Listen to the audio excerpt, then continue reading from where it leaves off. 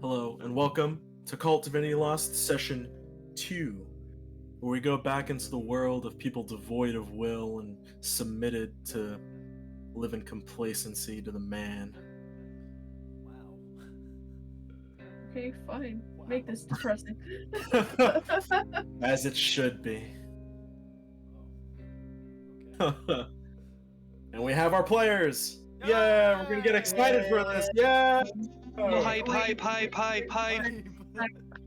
No more corporate dissolution! Now your starting lineup. Pog. Alexander Fisk, played by... Pog? I'm What? waiting for him to introduce himself. What It's happened? Antissa. Patient. Yeah! Still waiting. Wait, what did I didn't even hear what you said. I said Alexander Fisk, played by... Are you introducing me or am I? No, you're gonna introduce yourself. By me! It's you! King Zavarell! Woo! Holy shit, this is a train wreck. I'm on the floor What's going on? Oh my god. This is almost as bad as half the CCW intros. I think this is worse, and I love it. It's I love going it. off the trail so bad. We have to get the fun, humorous part out now. Because Yeah. the Yeah, Because we're gonna cry later, probably. Oh, yeah. And played by Teeny? Oh, that's me. Can't stop the Raj. Woo! Special Yeah. guest, can't stop the Raj. He's no longer the special guest. No, I'm He's just got kidding. one more season. He's got one more I've agreed- season. Yeah, one I more. agreed to do a third thing. Remember, Zav, so Aw. that'll make me a normal. Oh, Yeah, he's gonna be a part of a one-off that I'm doing in for Halloween. damn, then I guess that's it. Sorry, Raj. That's over. Yeah, welcome Yeah. to the normie. Hold on. Wait. That's a special though, so he is still a special guest because it's all streamers that are gonna be a part of it. Oh. Not a normie Better yet. watch that one. Yeah, I won't. I'm not used to playing with people that are uneducated. I'm right here. There's Anyways, playing Everett Liddell. These streamers, you know, I have quality friends here. Oh, yeah. You want me to edit that part out or? No, what? Edit it in. Yeah, Put it in. edit it. all my friends know how much Put it in. bullshit I talk. Yeah. Make it Oh, sound yeah. really bad. It's gotta be But I'm based. Teeny. Hi, everybody. Me dumb but strong. That's right. You dumb, but strong. And the brains of the operation, Everett, is played by... yeah. Brains. Oh, I was gonna say, The what's funny? Gooficus to the Oofacus Maximus. Is it Booficus or Ooficus? Oh, oof. On the other server, I'm Boof. A kiss. Oh, Yeah. Alright, we're going with Ooficus. okay. I wanted Booficus I to be thought we were permanent. calling her by her real name. I think I fucked up last season. No. It's you know- corn! I feel really weird if everybody else is not using their normal names, and then here I am. I'm Raj. Pablo is. Yeah, his name's really Raj. I'm Raj. Well, Roger, but don't tell. That's the government. Yeah, that's the government. Keep that in. Everybody knows now. That's a slave name. Yeah, Shit, they it's a found slave me. name. Yeah, I said that. What? Yeah, I was just saying. Oh yeah, it's his slave name. That's what you're saying. Yeah, that's what I say whenever people call me Pablo. Because nobody calls me Pablo, like literally nobody. So like when people do, like that's just the thing. I totally I have call- a story to tell after stream or after we're done recording.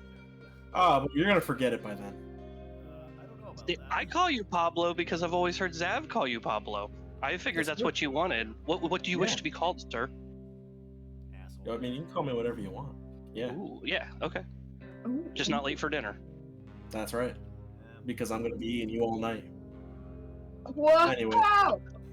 The flight is long and mostly empty. There are a few people sprinkled in the seats around you, but nowhere near full. Stewart International Airport really isn't a common stop from Portugal, but luckily it puts you close to your final destination, and there is just the ticket at just the right price. Now, Where's our final Everett. destination? Yeah. Red Hook. Red Hook? Wait, what? Yeah, Oh, did you say that? I think we did say that last time, Yeah. didn't we? Oh, Yeah, Yeah. sure. We're That going makes home. sense. where's Red Hook? Gonna go see mom. I don't have a Red Hook accent, so this is gonna be Where the hell is Red Hook? I gotta look this up now. New York. Oh, it's in New York. All right. Oh, It's Here, a borough of New York. Oh, the Here, Red Hook wow. section. Oh, I just want you guys to know, I put you guys in Red Hook Village. Red Hook, New York is too crazy. Is this a real place? Oh, this is a real place. I thought it was just a. Yeah. Oh, wow. I put Okay. you in the Village, which is in upstate New York. Gotcha. All right, we're in. Very cool. Anyways, Very- Everett, you have the seat closest to the window because you rarely get to fly so high and probably never will again at this rate. Yeah. But the view of the evening sky is gorgeous. At least, well, that's what it was for the first and second hour. But at this point, it's become an insufferable blue. I'm getting insane. I'm going insane. Staring at this goddamn window. Yeah, so you guys are in the airplane back, and your cabin is mostly empty. And the flight's going okay smooth. It's not, it's not the best plane, but it's a little rocky. All right. I'm gonna be poking the hole that's in the glass, like in the window. I hope there's not a hole in the glass. Oh no, so that's actually like a pressurized. Like, Yeah, it's thing a on the pressure plane. relief. Yeah. Yeah. Oh yeah.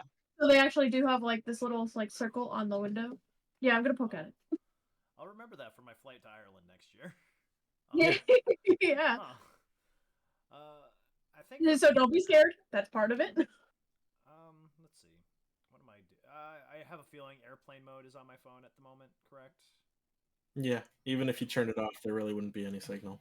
I'm just gonna sit there and I think Alex is just kind of sitting there fiddling with his like pack of cigarettes because he can't light them up here. So. Yeah, light 'em up. Yeah, can't smoke. Yeah, he's just kind of doing anything to pass time.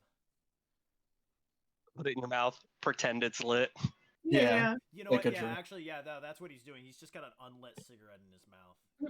Keeps candy cigs in case of emergency. Yeah. Yeah. Where am I? Am I between them? Yeah. I'm very uncomfortable. I'm a big man. I do not like airplanes, and I've kind of gone through a lot, so I'm just kind of. I have a little piece of wood and a little knife, and I'm just kind of picking at it, just playing around with it. I'll have you know that don't think you can bring knives on a plane. Yeah, he's aware. He's aware of that. He's kind of keeping it under like breath. in his hand. Yeah, in his hand. Like it's not Alright. out and about. Okay. Teeny kept it in his prison pocket. Yeah, I was about to say that too. Oh, Could- prison wallet. It could Oh, be something. prison It could wallet. be something. How about this? He made it from a can from the plane that he got for a drink. Yeah. Oh, nice. It's just yeah. it's just a little kind of metalish to pick It's pick just at the a wood. sharp sharp. Yeah, you wouldn't be able to use it as a weapon. Okay. Yeah, so But he's very uncomfortable. See, he's a big man, and airplane seats are not fun. And you're yeah, in the middle. this is an 8-hour flight, so you guys are barely through halfway on the flight. And as you guys are just fiddling and fidgeting around, honestly, this is like a bunch of crackheads in a crack house because all of you are just not sitting still. And so one of the attendants comes by and rolls a cart down. It's a snack cart. Does it cost money? Complimentary snacks.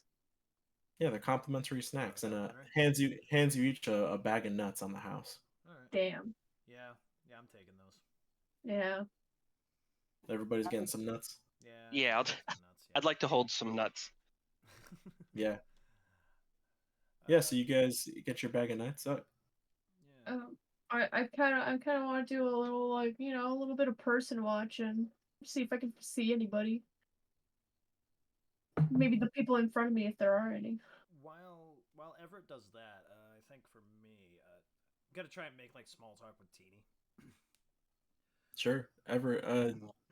So Everett, you're looking around, and like I said, the cabin's mostly empty. Like anybody that you see is relatively far away, and you have to like sit up on your chair to take a look at them.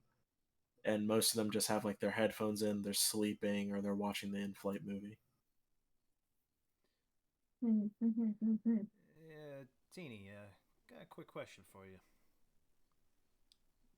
That voice, Sup? Hmm? Sup? that Hello. that How are voice- you? That voicemail. What was it about? It's my mother. Yeah, well, it looked like it had you in a bit of a tizzy over there, so everything all right? I mean, we got to fly all the way over to back to Red Hook. Had been. What do you think these robots? What do you think these robots can do? What if they can look like people? Can they sound like people? I didn't really get a chance to ask that one that you madballed over the head. I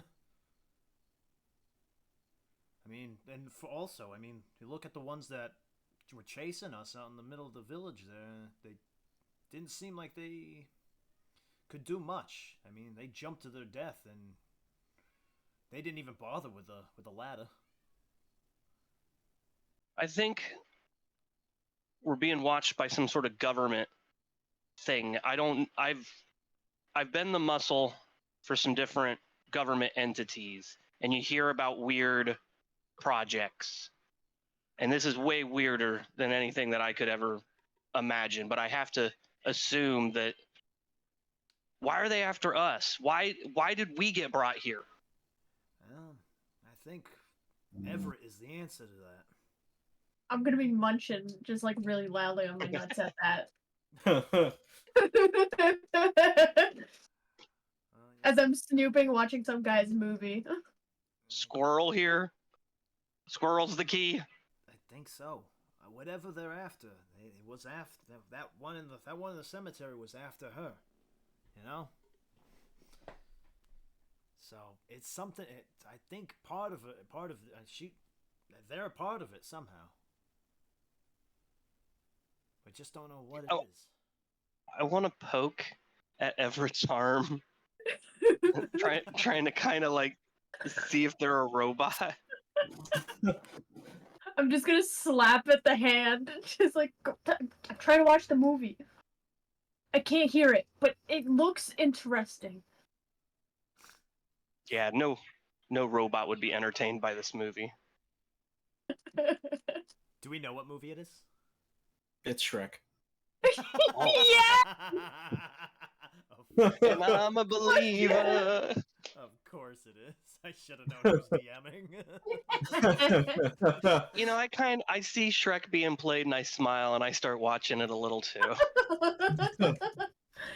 I sit there and fiddle with unlit cigarettes. I thought you were gonna say I fiddle with my nuts, and I was gonna say yes. You know, I'd like to turn to Everett and not loudly say, "I feel better, thank you." I'm just gonna look over and I'm like, what? Yeah, and I'm gonna ignore her now. I'm watching the movie now. I'm entertained. Yo, okay. I'm gonna look over at Alexander and I'm gonna ask him if he wants those nuts. I passed the bag of nuts. Hell yeah. Yeah, so you pass the bag of nuts over, and I imagine everybody's just sitting down now. Watching Shrek, yes. Yeah, I'm enjoying the movie. I'd like to pocket my nuts. I'm not hungry right now. I want to watch Shrek. Yeah, sure. You can put them in your pocket. You keep them there. Yeah. Alex is gonna fall asleep.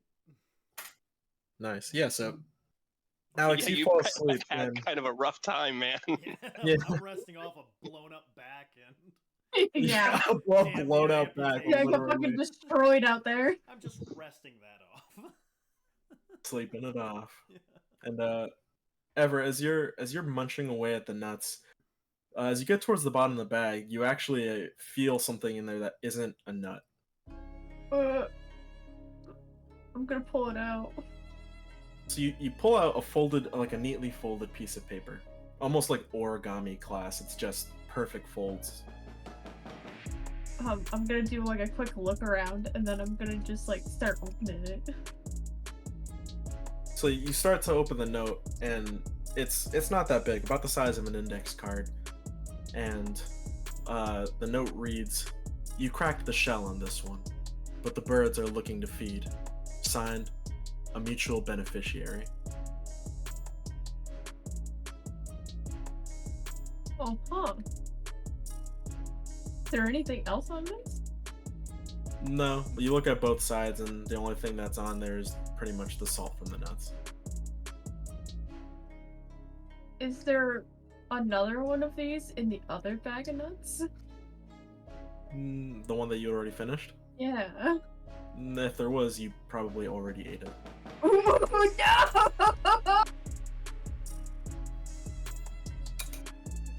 I'm gonna do just a quick look around. Just like, anybody looking at me after I just pulled this out? I'm watching Shrek. So you get up and you glance to look around, and as you look around, like you get up on your chair, there's like a small amount of turbulence that kind of shakes you, and the plane starts to go low light. And the pilot comes on the intercom and says, there appears to be a storm up ahead, so please fasten your seatbelts and be prepared for a little turbulence. But overall, our flight should remain on time. And then just like, bing bongs off. Yeah, I don't like this. I'm very nervous. What is my one thing? People know that I have a bad reputation. So yeah, I'm not comfortable with being like securely fastened in an area. I don't really like being in the plane as is. So I just kind of want to like hunch down in my big coat that I still have, my nice new coat, and just kind of try to slink away into the chair. Yeah. Yeah. You just hide yourself into the chair. I'm just gonna pocket the little note, and then I'm gonna slouch down in my seat.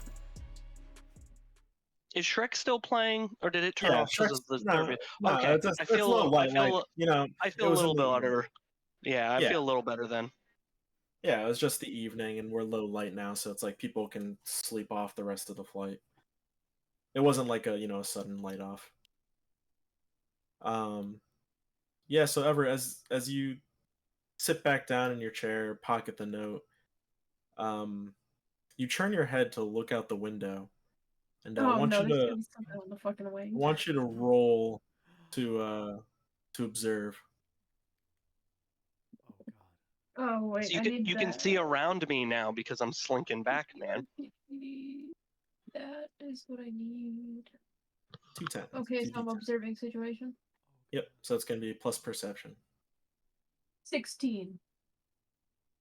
16. Yeah. So you go to look out the window just because it's either Shrek or the window, and you can see the rain clouds coming in. What was a gentle evening sky is now slowly being obscured by darker and darker clouds. And you can see just little bits of rain patter. It's not too bad. You can still see pretty far out, and looking down, you can still see the ocean. But as you look out at the wing, you see something just come in and out of sight, and it looks like this tall, lanky, just like tenebrous silhouette, almost unnatural given the fact that there is very minimal backlighting to it, and tendrils leak from where its hands should be. I'm gonna just go down further in my seat and just give a little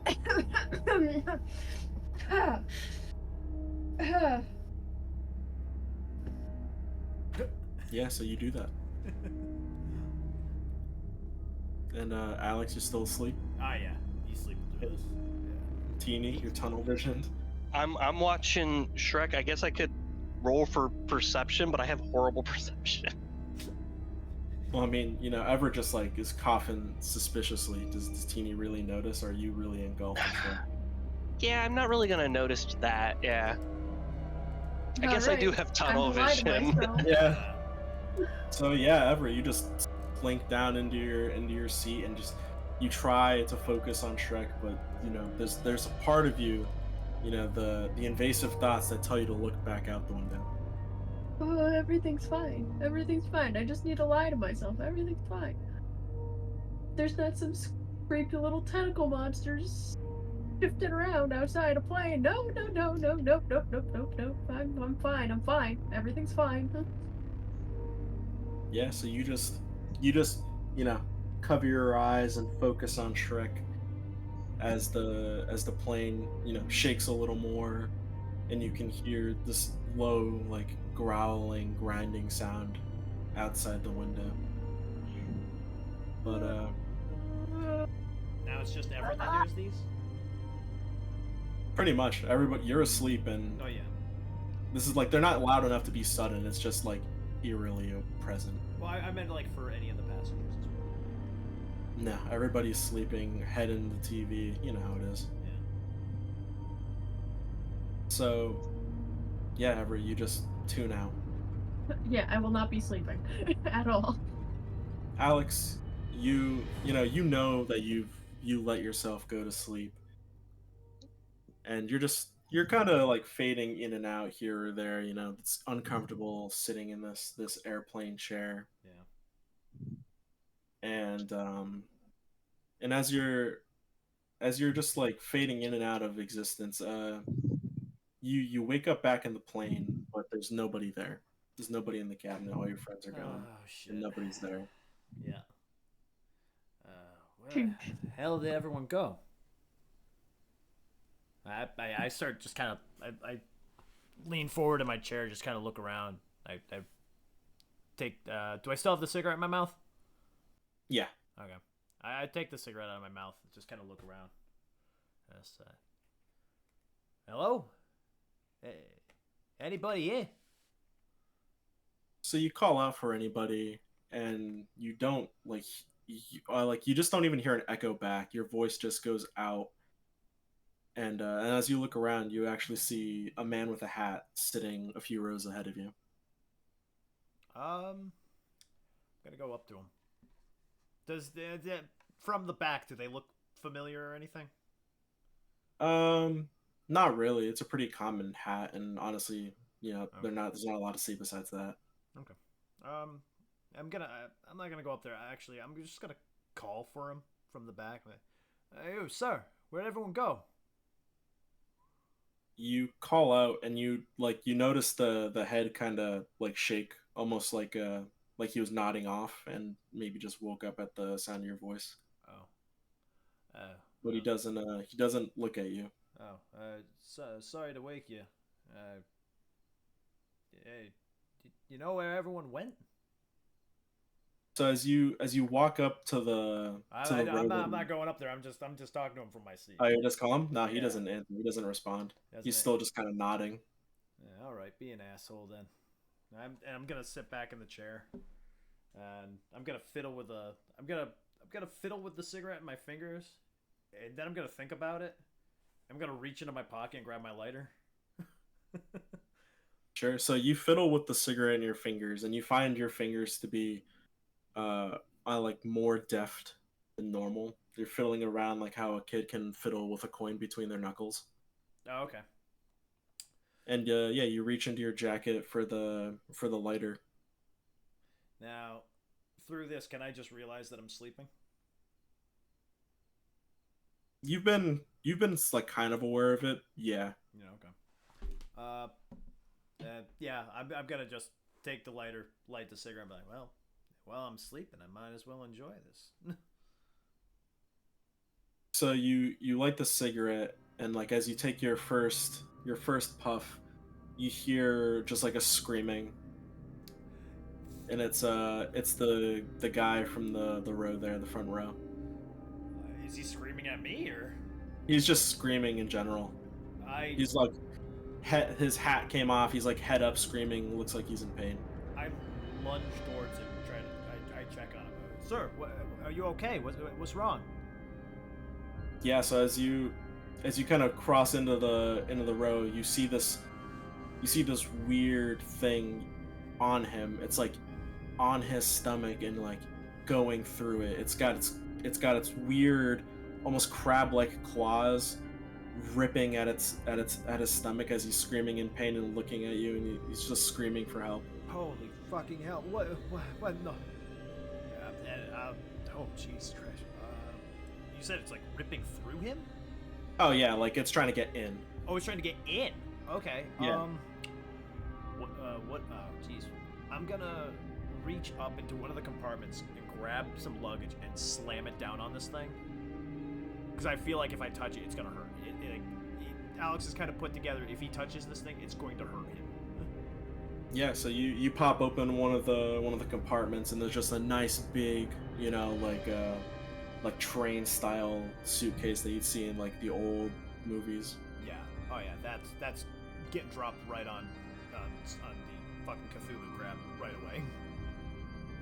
Yeah, so you bash it down on it, and it just like he screams harder, and as you lift the case back up, it's no longer around, and he just like stands up, his stomach absolutely cored out, and he just looks at you, and he just looks at you, and he's like, why couldn't you save me? And he just goes in to try to choke you. And as he grabs you to choke you, the thing comes out of his mouth and goes onto your face, and you wake up in a cold sweat. Holy shit! Oh my god! I lean forward. The cigarette falls out of my mouth.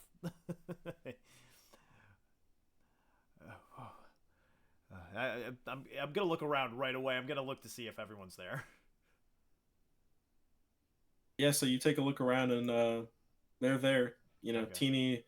The movie's long since over, but Teeny's still just kind of hunched in there, just in his seat.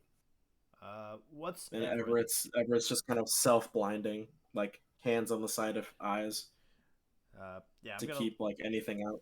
I'm gonna look over at Everett. First, I'm gonna wipe the sweat off my forehead so that no one can tell that. Holy shit! I just woke up from whatever that was. And Yeah. Hey, Everett, you all right? Oh yeah. Everything's fine. Everything's fine. Just I think I'm just tired looking outside. That's all. Yeah. Afraid of heights, huh? Yeah. Oh, hey. If you want, we can switch seats. I think I'd be okay with that. Yeah, we're gonna switch seats. I'm gonna sit next to the window now. Yeah, so you guys switch seats, and now you're sitting next to the window. I'm not getting up either. You guys get around me. I'm too big. Yeah. I like how we stuffed Teeny in the middle here. Yeah. Yeah. And I'm not happy because the stewardess has told me they won't replay Shrek. No. Oh no! That's awful. Yeah. So I'm gonna sit back. I guess there's no way of really telling how much longer the flight is there? At this point, with Shrek being over, and it's pretty much night now, not you can't really tell, by eye. Yeah. Oh, but I have a phone. I can check that. So there we go. We gotta check the time on my phone. Yeah, so you check the time. There's actually only a half hour before you guys are set to land. Yeah, I guess I'm staying awake. Taking a quick peek outside. Is the thing still there? So you go to glance outside, just out of the side of your eye, and at a quick glance, you feel like a mini anxiety attack come on when you look over, but it's actually just the reflection of Alexander. There's nothing that you can see out there. Okay. Jeez, really freaked out by the height there, huh? There, Everett. Yeah. Just wanted to make sure I didn't, see it. Well, as much. Yeah. Don't worry. Teeny's here to keep everyone safe. No worries here. I'm bored. I want to look around. What's going around us? So you take a look around, and I imagine you're tired of being in your seat now. Yeah, I'm very uncomfortable, and Shrek's not on now, so I'm very McCudgeoned. Cudgeoned. Pissed. MacGuffin. Yeah. Yeah, pretty MacGuffin. You're And pretty I just had chuffed. Alexander have to like walk in front of me. Yeah. Didn't need old man ass in your face. Old man, I'm not old. He probably I'm 29. probably bled on me. That's right, you're 30, yeah. Yeah, I'm only 30. Hilarious. I imagine at this point you move like an old man. Shattered spine. I was gonna say after my back blew up, yeah. Yeah. Yeah, so Tina, you get up from your seat to just get a little bit of freedom. Yeah, and looking around. So they like because the lights are off. They're letting us walk around. Is that what you're saying? Yeah, it's low light. You can walk Yeah. around if you want. Yeah. Let me get into the aisle. That'd be nice. At least I wouldn't be all cramped in there. Yeah, so you get up and you get a little stretching. As you look around the plane, you can see that most people are at this point have just like fallen asleep. There's not much time left in the flight, so some people are kind of up and getting ready, just collecting their things and making sure that they haven't forgotten anything.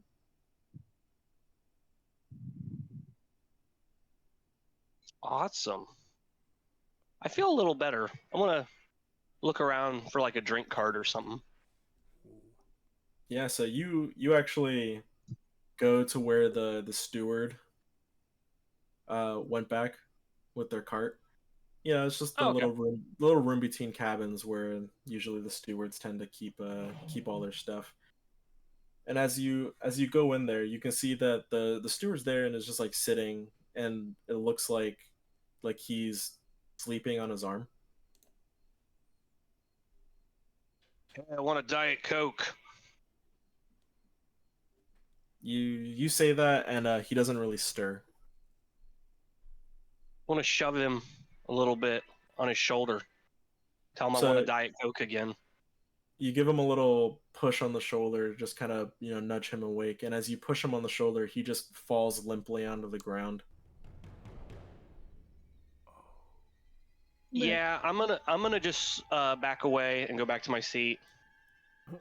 I have a reputation, and I don't like if there's like a dude that just died in the middle of the plane. Like I can't be responsible for that. I love that that's the second time you brought that up. I have a reputation.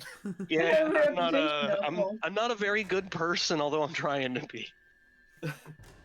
So you just you take a deep breath and you walk back to the seat. You know what? It kind of feels like it's par for the course, doesn't it? Like, yeah, of course this would happen. Yeah. Yeah, so you sit back down in your seat. Yeah, I'm gonna sit down. I'll nudge Alexander. What's up?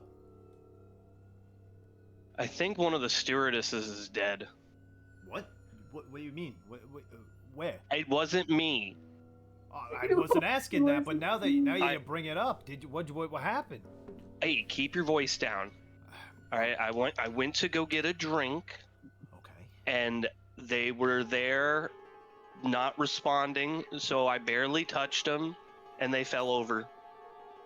I assume dead. All right. Maybe drunk, Well, but I'm wanting you to know if shit's about to go down. all right.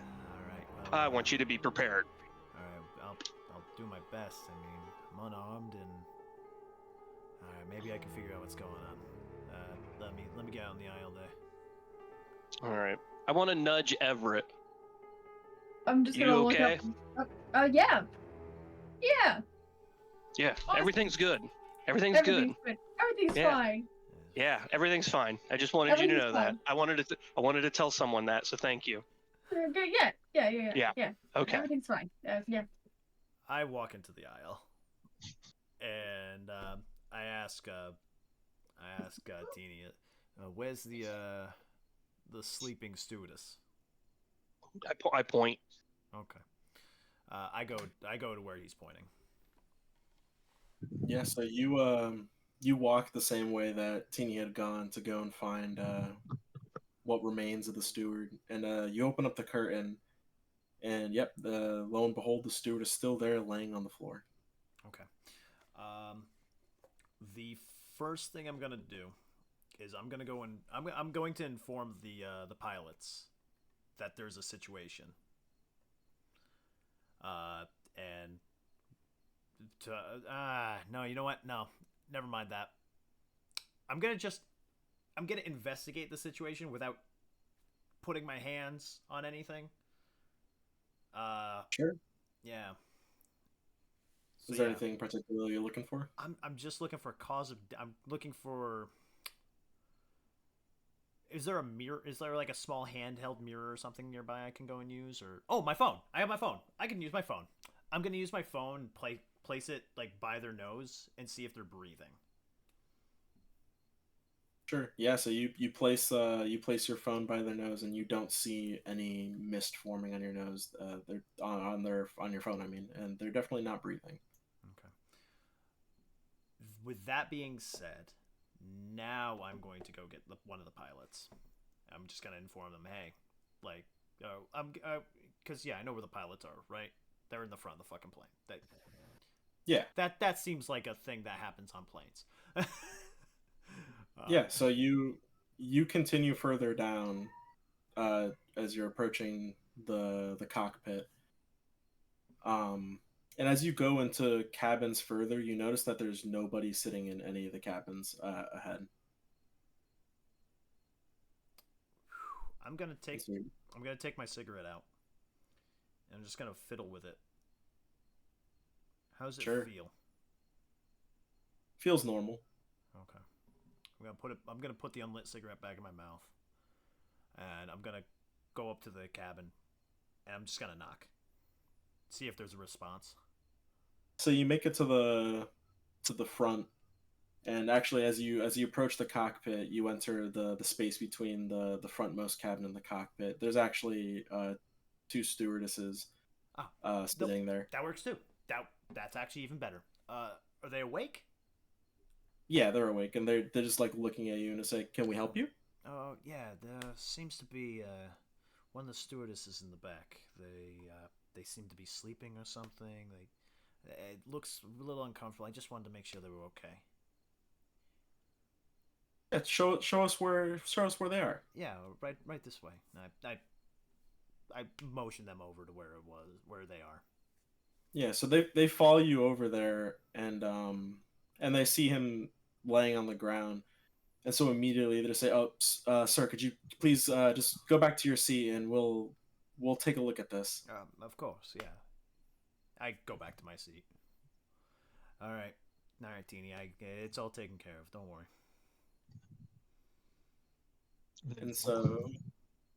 And so yeah, as you guys sit at your seat, I don't know if Teeny was gonna say something. I might have interrupted. Yeah, are they dead? It's not looking good. Okay, I'm gonna slink back down into my chair. I have worries that this is gonna get blamed on me. Did you do anything? I didn't do nothing. I just wanted a Diet Coke. All right, well, then that's your story. You tell them if they ask you or anything comes back to you, you tell them I went to get a soda. They never responded. There are other things that I could get in trouble for, so I just don't want asked any questions. Oh. All right. Alex is gonna put that in the back of his head. 1, but 2, he's gonna act like he's gonna forget about this. Sure. So a couple minutes pass, and you see the stewardesses just like moving back and forth, kind of trying not to get anybody like excited or anything like that. Moving strategically, pretty much. Trying not to incite panic. Yeah, and so it's about 10 minutes before you're promised landing time, and you hear on the intercom, the captain comes on and says, "There's going to be a slight delay in our landing. We're actually going to have a holding pattern above the airport, and our in-flight security, our air marshal, is actually going to come by and ask some of you some questions. Everybody stay calm," and you can like hear people like whispering and some people already like freaking out. Alex is gonna roll his eyes, and then he's gonna look at Teeny. Is there anything you should not have on you right now? Ooh.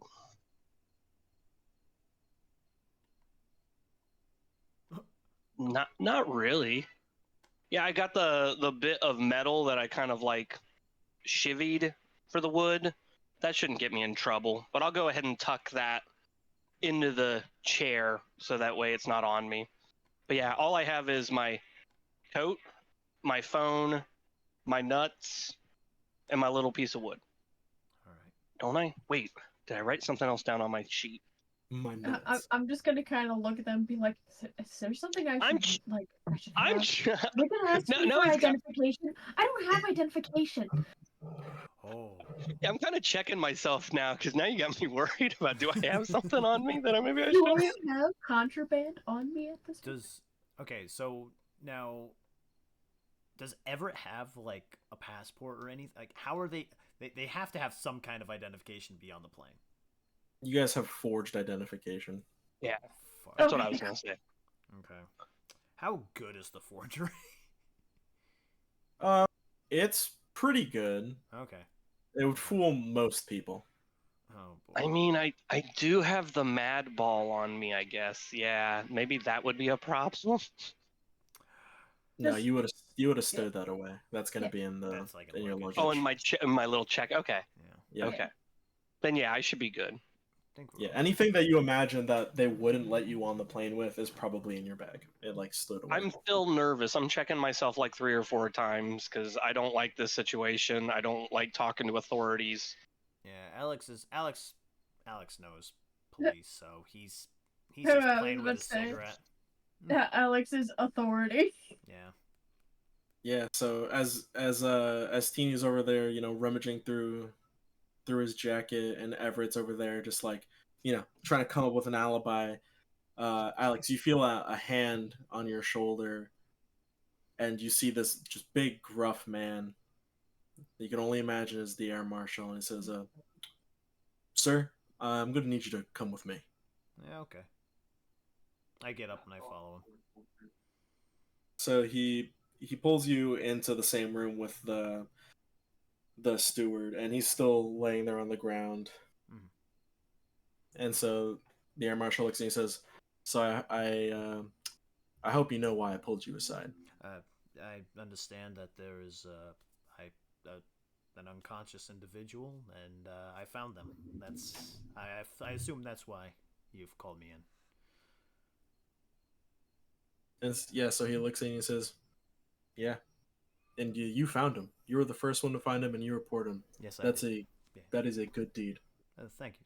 You know, And as the air marshal, I have access to all the information on everybody on this plane. Mhm. And right now, we need an investigator. all right. So he Now- goes and Now, question about my my passport and all that. Does it just blatantly say my name? yeah, it's Yours just- is probably Okay. real. I mean, But- yeah, mine's probably the real one, actually. No, Yeah. good call. Yeah. Okay. All right. Yeah. Yeah, I can investigate this one if you need it. And I'm gonna take the cigarette and I'm gonna put it back in the container and it's just. So, what's the diagnosis here? I was hoping you'd help me with that. I'm not much of someone to solve mysteries. I'm Well, just here to I'm just. keep everyone calm. I'm not asking what happened. I'm just asking, are they with us still? If you know what I mean. Well, they've been here for the last 15 minutes unmoving. There's no pulse, so I'm going to say no. All right. Yeah, I can investigate that one. Yeah, first thing I'm looking for like a cause of death.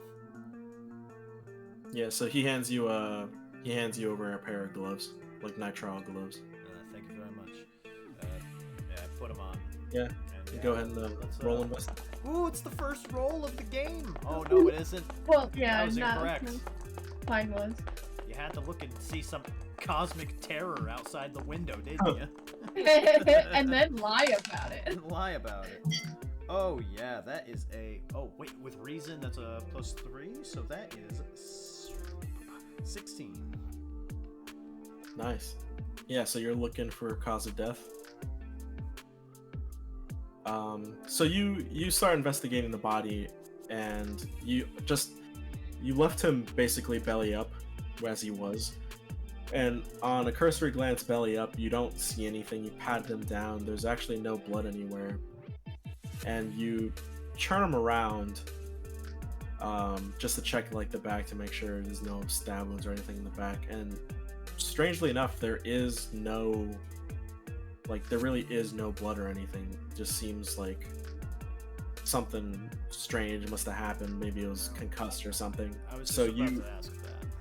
yeah, so you go and start feeling around the head, and as you're kind of like running your fingers gently around the skull just to feel any like form of contusion, you actually find a hole in the back of his head.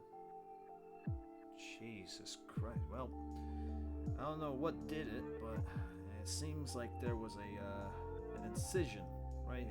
There was a small puncture in the back of the head here. I'm gonna try and look in. I'm not look into it, but I'm gonna try and see if there's like any serrated edges or anything like that, like any serrated wounds. Like maybe it was a knife, a puncture, or maybe a drill or something like that. You know? Yeah, give me another investigate. Oh, I love this game. I love this game when my back feels better. And that is gonna be an 11. All right. Yeah, so you take a look at the hole, and it's actually almost big enough for you to like get your pinky in there. So it's definitely not not a trivial hole. And you peek inside, and there's actually some brassy colored thing sitting in the back of the head. Hey, Marshall, you got any, I don't know, like a flashlight, maybe small tweezers? He just like lifts up his shirt to reveal his tool belt, and he hands you over a flashlight and basically the tweezers you'd use to pick off the splinter. Thank you. Can you actually hold the flashlight for me? Oh, sure. Thank you. I'm gonna use the tweezers trying to go in and grab the brass out of the head. Sure. So go ahead and give me an act under pressure. Alright. Not terrible. This is just to see how finally you're able to get in there. Oh shit, that's 13. All right. Yeah. So you get the tweezers in there, and you barely get it. It's like just enough reach to grab the object in there. It's hard. Yeah. And just you're not deft, so you kind of pull the thing out, and you just hear this grind, like just meaty crunching, and blood starts to pour out from the wound, but you actually manage to get it out. Alright. Jesus Christ, well, so much for no blood on the scene.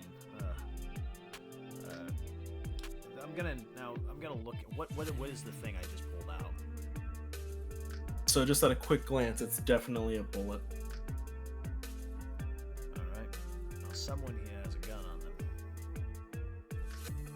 So the marshal just kind of like unlatches his pistol. He's just like on guard now. Oh, okay. I was worried about that. Just, is there anything else you can tell about it? Well, one, they were shot in the back of the head. I'm gonna investigate the scene a little more to see like if there's any sign of a struggle or anything like that. Sure, yeah. Roll it. Alright.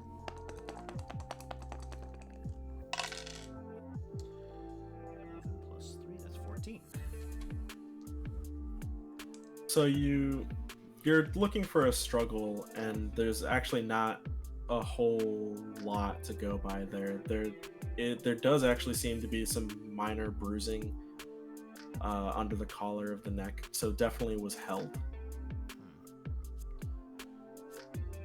Alright. I'm now gonna investigate if there's signs of multiple people involved in this attack.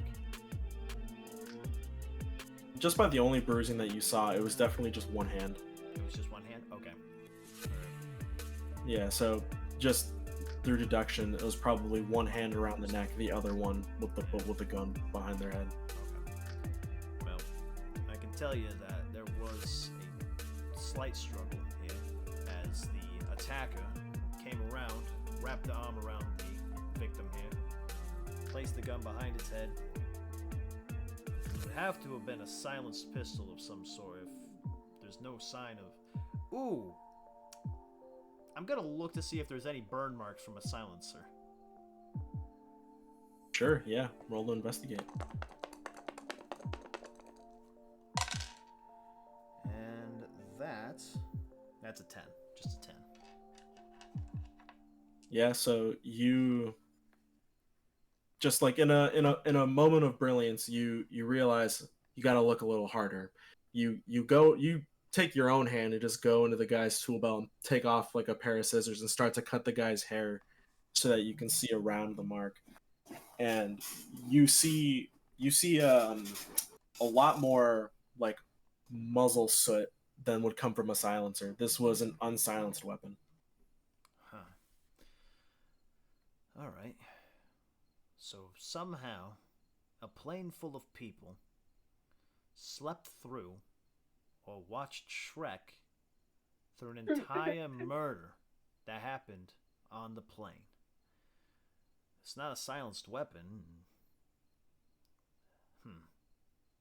So he stands up and he's like, I'm gonna go take stock of everybody on the plane. Is there anybody on here that you think is unsavory? That I think is unsavory. I mean, I didn't really get a look of anyone. I had my eyes closed most of the trip.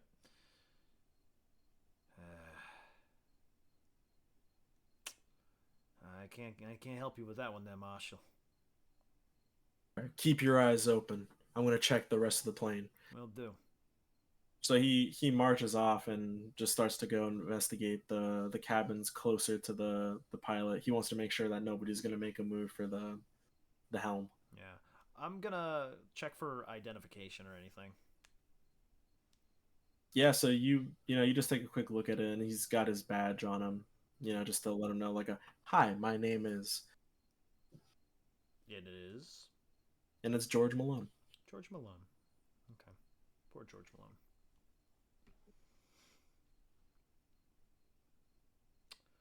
I think I've investigated as much as I can at the moment. Ooh. Sure. I'm gonna check to see if there's any identification card like the one we found in Portugal. So you go ahead and just take a look in the pockets, and there's not much besides a wallet, some keys, and some nuts. I'm gonna take the bag of nuts Sure. because I gave away my bag of nuts. Mm-hmm. Taking crime scene nuts. What a guy. Yeah, I gotta get some compensation somehow out of this. Huh. All right, is that all you have at the crime scene? Yeah, Think you've that's done all I everything? got at the moment. I'm just gonna wait for the marshal now in the back. Sure. So you're sitting there for some time, and suspiciously, the marshal hasn't come back. It's probably been 10, maybe 15 minutes since he left. I'm gonna look for the marshal. Sure. So you head towards the helm of the plane, and we come back to Everett and Teeny, who are waiting ever so patiently in their seat. You guys. Feeling impatient. I'm not Yeah. liking this. I'm looking around. Do I see him going? Where? Yeah, where is he? I'm trying to figure out where he is. He's taking way too long. So I don't land.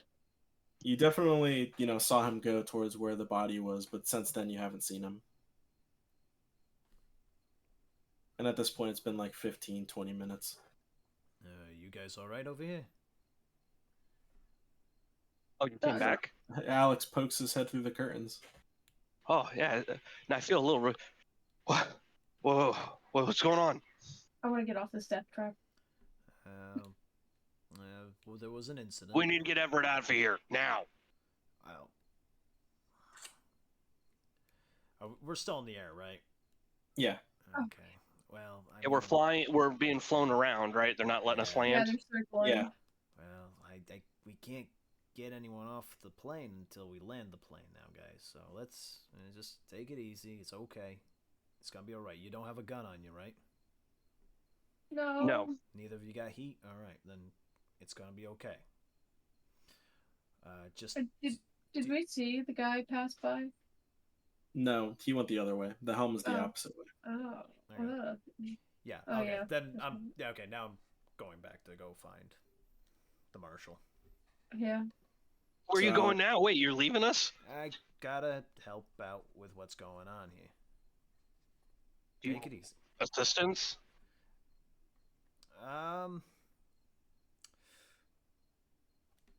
Nah, I think we'll be all right. I just gotta. I got the marshal back there. Everything's okay. It's best to. I'm gonna wait here with Everett. It's that's what I meant. I'm gonna wait here with Everett. Good idea. Good Yeah. idea. I wasn't offering help. Oh. Thanks. So No, you're I'm welcome. You're welcome. done sitting, and I want to see if there's any suspicious-looking people. Yeah, so go ahead and give me an observe a situation.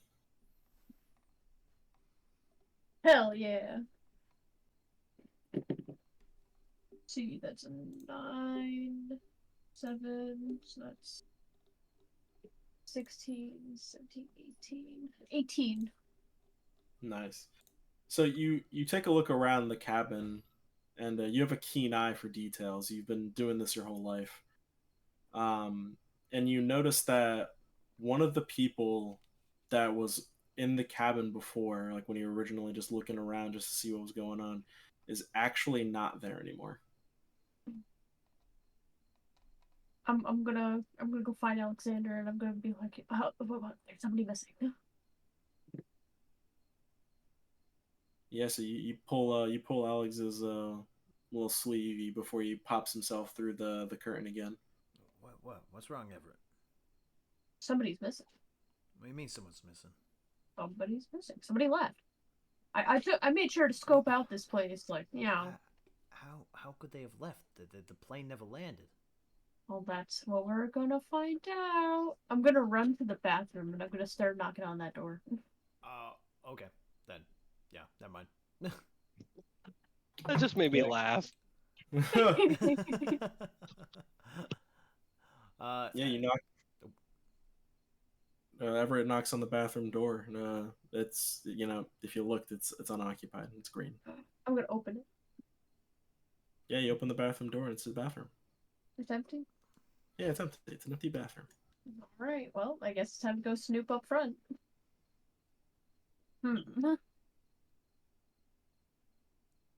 Sounds like Everett's following you, Alex. Oh, okay. Well, yeah, I gotta bring my special eyes. I thought I was gonna already have made it to the marshal by the time they got back, but all right. So what the guy look like that went missing? So Everett, with through the power of recall, it was a woman. It was a woman in a teal sweater. A woman in a teal sweater. All right. Okay. Any other features that you could remember? Or? It was an ugly teal sweater. All right. Well, I was thinking it would be along the lines of, you know, a haircut or a color. No, it was an awful, ugly teal sweater, almost, you know, Christmas in July themed. All right. Well, we'll bring it up to the marshal and we'll get things settled in. Okay. Yeah. All right. So yeah, we're gonna continue our way to the marshal then. I'm gonna stay where I'm at, but if they're gone longer than 15 minutes, I'm gonna go looking for them because I'm very uncomfortable, especially being alone. Yeah. So you guys make your way to the air marshal, and you bring him the news, and he goes, "All right, so we've got a suspect." Yeah, but now we got to figure out where on the plane they've disappeared to. It's a plane. It can't have gone far. There's only 4 cabins in this thing. All right. Well, We gotta start looking everywhere. Start looking where the luggage gets stored. Start looking in empty seats. Look under the seats. yeah. All right. Where do you want us All to right, start? I'm on it. So it's just, we're gonna work our way from this cabin and go all the way down. We're gonna make sure that we check every nook and cranny. All right. Sounds good. Yeah, I'm just gonna start looking for signs of an ugly teal sweater. Yeah. So you guys Ugly. begin to look in the cabin, and Teeny, you're sitting in your seat. You're waiting patiently. And by patiently, I mean you're on edge. You're absolutely at the edge of your seat. That any given moment, you're just gonna fly out of this thing. And just like as you're like sitting on edge, you just hear just the shouting, just everybody get down, and then you see this woman standing from the back, just waving a gun. Do we Oh. hear this in the front? You guys are too far. You can't hear it. Okay. I'm not. I'm just kind of staying in my seat, but I would like to observe the situation. Like, is she wearing the teal that we're talking about here, or is this Fun to leave different scene. lady? Yeah. So go ahead and observe. Roll and observe the situation. Oh, is he there for the teal sweater information? No, Yeah. I'm not. But I'm looking. I want to know like who it is and what's going on. Gotcha. Good call. My understanding is it's female with gun. Yep. So, and what am I rolling for? You're gonna roll Perception? perception. Yep. Yeah, I suck at perception. That's going to be 9. Oh, just short. Nice. Yeah. So you take a look, and yeah, there's just this woman with a gun, and she sees you looking at her, and she says, "Don't you fucking look at me!" She points the gun right at your head. Yeah, I'm fine with that. I'm cool. You're just gonna not look at her. Yeah, no, I'm just going to put my hands up and lean back. All right. So you just like I don't tell her no trouble, but that's kind of the ESP I'm given. No trouble. yeah, mental telepathy. And so yeah, so you just kind of sit back in your seat, and somehow you feel a little more comfortable. So yeah, you hear her shouting demands. People are like screaming, and you see somebody get up and try to run. Dummy. What's that? I'm gonna say dummy under my breath and kind of chuckle. Yeah, so yeah, you say dummy and you chuckle under your breath as you just hear a round let loose and then just go right through the back of their head. And they just collapse onto the ground. Everyone just starts screaming and crying, and you know, she just says, "Shut up! Everyone shut the fuck up!" And at this point, you guys have heard a gunshot. Aww. Jesus Christ, I think we found our killer. How close is the dead body to me? Alright. It's like 10 feet, and you'd have to run the opposite way of the shooter. Okay, I'll stay where I'm at. Yeah, we're heading For now, I want to continue to observe the situation. Sure. Give me another observer situation. I suck at that. Yeah, I'm doing stuff I suck at. Oh, this one's better. 14. Oh, nice. Nice. Yeah. So you take a. You this time you give her like the bombastic side eye just so that she doesn't really she doesn't really get that you're looking right at her, and you can see that this woman's just as scared as everybody else. And you guys you're at the curtain where the dead steward is, but you haven't crossed the threshold yet. The air marshal just like holds you guys to wait. He's like, all right, we need a plan. Yeah, we do. Do you have any weapons? Do you have a gun on you or anything like that? Yeah, so he's like, yeah, I've got my gun, but this isn't how we resolve a situation. We don't just kill people. I know, but if it comes down to it, we're gonna have to do something. Oh, don't worry, I'm a steady shot, but you think you can talk him down? I can try to talk it down. Maybe. I'll try. I'll try my best. I mean, gotta try in this situation, don't we? Yeah. All right. Let's toughen up. And he looks at Ever and says, "You stay back here." So you want Yeah. me to go right through Yeah. the curtain? Or... Yeah, you go first, and when I hear things go to shit, I'll come out and I'll take the shot if I have to. I'm gonna put my hands through the curtain, just kind of like showing her like I'm unarmed, I'm not here to hurt or anything, and just kind of say, hey, excuse me, but what's going on back here? So you just Do I hear hear him? He's coming through the curtain, so I can hear and see him doing this, right? yeah. Okay. So you hear her shout from the other side of the cabin. She's just like, "Step out slowly." I step out slowly, and I'm gonna observe her stance and everything. I just want to see the behavior that's going on here, like behavior, and also I want to kind of try to get a read on this this how she's kind of just as scared as all of us kind of situation. Yeah, so go ahead and roll and act under pressure. Ooh. Switching it up on me, I see. Ooh. That's right. Keep it spicy. Can you keep cool? Oh yeah, I can. That's a 17. Yeah, so you take a look at her stance, and she's just got poor stance. She's not a regular shooter, and she's got her shoulders down. She's like just as afraid of everybody else, but she has some semblance of power because of the firearm in her hand. Right. I want you to roll and investigate for me. All right. And she's paying attention to Alex now, right? That's where her attention is. Yeah. I'd like to try to slink out of my seat and try to go around. My plan is to try to bum rush her if I have to. Ooh. Oh, this is spicy. Because before she was looking at me, but if she's not looking at me now, I'd like to try to make a move. Sure. Let's just see what Alex got first. I have, let's see, 9 plus 3, that's 12. All right. Yeah. So you assess her at a glance, just continuing past her posture, and you actually notice that she has your gun. Oh, that bitch. Teeny, you're trying to sneak away. So give me a Sneak around. yeah. You're trying to sneak around. So give me My give me God. This big Dave Bautista looking sneak dude. yeah. Sneak away sounds like I'm cowering. I don't cower. Yeah, that's right. Give me an observe a situation. It's stealthy as a fucking Newfoundland. Oh, that's good. 8 and 6. That's 14. -1, 13.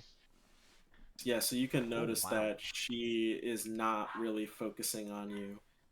Give me one act under pressure. Yeah, see, that's what I need.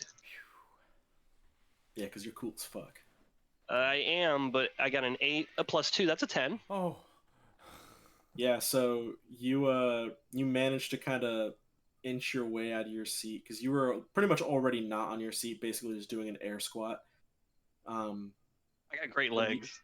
Yeah, you got great legs.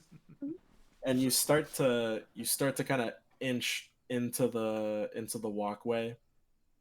And she just kind of, but she notices you. She just looks at you, and she says, "Stop fucking moving! Stop right where you are!" And she's like pointing the gun between the two of you. It's all right. It's okay. No one's here to hurt you. No one here able to hurt you. I think you can tell that. We're all unarmed here. Now, I think it'd be best for everyone if you put the gun down. We've all had a long flight. We want to go home. She just looks at you, and she just points the gun at you. She's like, you don't fucking understand. It's all your fault." And she like points at you and Teeny, just the gun, because you guys have just been standing there. Okay. Well, if you could, ever so enlighten us how that's my fault. And she's just like, now she's just rambling, like she's not really listening to you. She's just talking. She's just like, "It's all your fucking fault. You know, if just all this shitty stuff happens to us, just these normal people. It's all about the children. It's all about the children, and failure is not an option." And she's just like pointing the gun at you guys.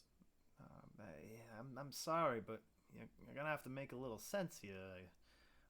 I mean, this is it seems like you're a couple seasons into this show, and I'm just starting on it. So if you could just a little backstory would be nice.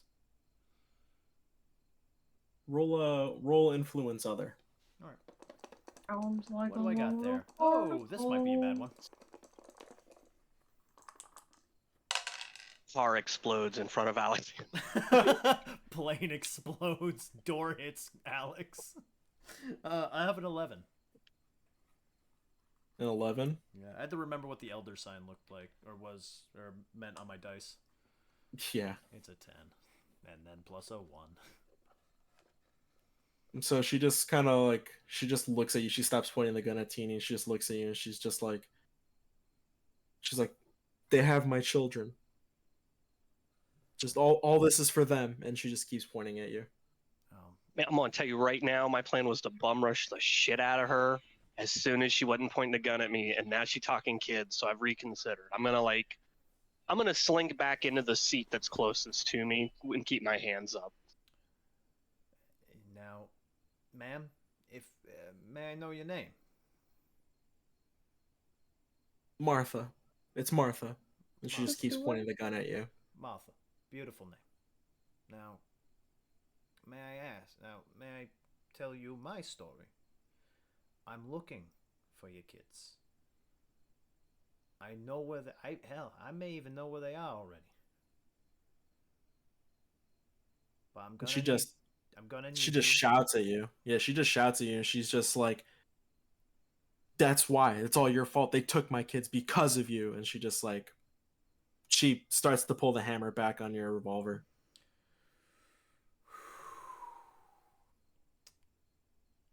I'm going. How far away from me is she? She's like 10, 15 feet. 10, 15 feet? Yeah, she's I want to far. start crying. Oh. I want to start crying like a baby. Like, well, this is going to be interesting. It's like this big guy is emotionally like. Oh. He looks up and tells her they took my kid too. She looks at you when you say that and she just like, she starts crying, but she doesn't like lower the gun. Okay. Now, I know something she doesn't know. There's no bullets in that gun. Did she just shoot somebody? She just shot somebody. Yeah, where'd she get She that did. bullet? I ran out of ammo a while ago.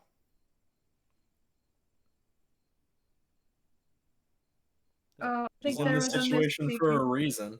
What happened? She's in this situation for a reason. Oh. Oh, so she bought the bullets. I'm gonna investigate that. Did she buy the bullet? You're too far away. You're 10 to 15 feet away. You can't tell. Alright. Okay. So she's gonna shoot me, I think is what's being said here. Well, she's crying. She pulled the hammer back, but now she's crying. Okay. Now, Martha, I am probably the only person on this plane that's going to be able to help you and this gentleman over here find these kids. If you shoot me, there's probably no one that's going to find these kids.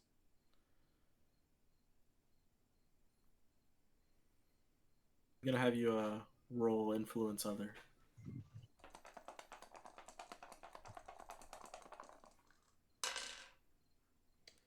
And that's a 15. Yeah, so Help she us. so she starts to lower her gun a little bit, so it's not pointing directly at you now, it's just pointing at the floor. And she looks at you, she says, I believe you. That's good, because I am. But failure is not an option. And she pulls the gun up and starts pointing it at you, and then you see the barrel just go into her mouth and she blows her own brains out. Oh my god. So the air marshal just like pushes you out of the way and she's like, oh my god, and then like just runs over to her and just goes to check on her, just knowing full well that, you know, she's gone. I stop crying and I get up to go back to my seat. The situation's been resolved. Wow. Yeah, Alex is he's shielding his eyes, kind of. He's wiping sweat off his brow and all that. Just really trying to look strong here. I'm gonna poke my head out. Yeah, where is poor I've Everett? been hiding. Everett's been, yeah, the air marshal said stay back here. Yeah, because I'm a whole ass fucking child, basically. Yeah. He's not gonna let a child go in a loaded situation. So Everything, yeah, everything okay up here? you poke your head in it. Everett, I wouldn't look. I wouldn't look. Yeah, it's Wants a just peanut? Everett sees. Ooh, Yeah, I got some peanuts. I would like those, thank you. I'm gonna throw the peanuts to Everett. Yeah, I'm just gonna completely like ignore the entire situation to take the peanuts. I feel so much better. The situation's resolved as far as I'm concerned. Like, I'm not as uptight now. I'm gonna sit down and relax. Yeah, so Kind of Everett's fault, really, if you really think about it. Or not Everett. I mean, Alexander's. I'm sorry. It's God Alexander's fault if you think about it logically. Fucking fault. God damn it all. Poor Alexander, man. I know he's really getting the short end of the stick. God damn. You can't please everyone. No, you can't. Shouldn't be going and investigate bodies. I tell you about. That's probably where you're making mistakes. I'm gonna go to the marshal and I'm just pretty much gonna tell him like I'm so sorry. I did everything I could. the marshal just kind of stands up and he just puts his arm on your shoulder and is like, "I know you did."